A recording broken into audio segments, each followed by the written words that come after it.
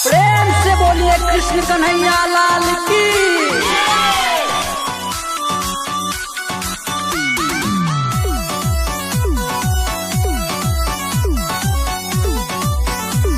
रूपम recording studio Madhubani.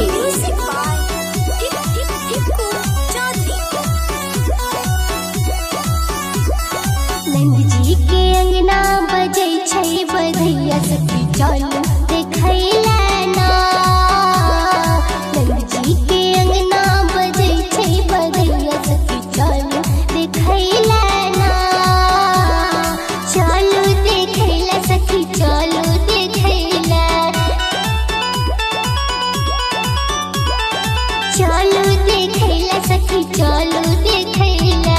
जनम ललखिन कन्हैया ये सखी चलू देखैला ना।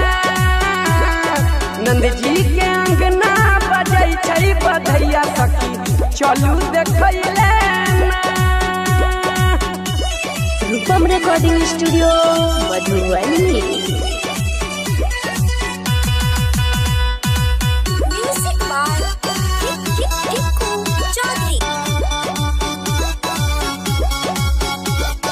यशोमती मैया लुटाबै छै सुनमा, तीनों लोक करै दर्शनमा। तीनों लोक करै दर्शनमा। यशोमती मैया लुटाबै छै सुनमा, तीनों लोक करै दर्शनमा। डिम डिम डमरू बजाबै छै भोला सखी चलू देखैला ना। नंद जी के अंगना बजै छै बधैया सखी चलू देखैला ना।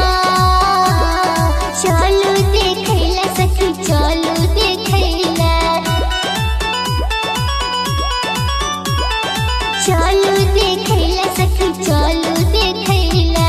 नंद जी के अंगना बजै छै बधैया सखी चलू देखैला ना।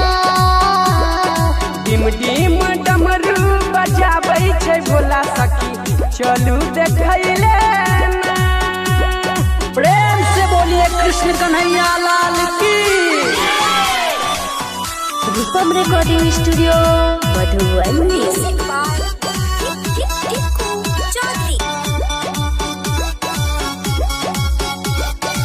श्यामल रंग छैया मोहनी मूरतिया नजर उतारै छै यशोमती मैया। नजर उतारै छै यशोमती मैया। हाँ श्यामल रंग छैया मोहनी मूरतिया नजर उतारै छै यशोमती मैया। जाया नील गबै छै बधैया सखी चलू देखैला ना। नंद जी के अंगना बजै छै बधैया सखी चलू देखैला ना। चलू देखैला सखी चलू देखैला। चलू देखैला सखी चलू देखैला। नंद जी के अंगना बजै छै बधैया सखी चलू देखैला ना।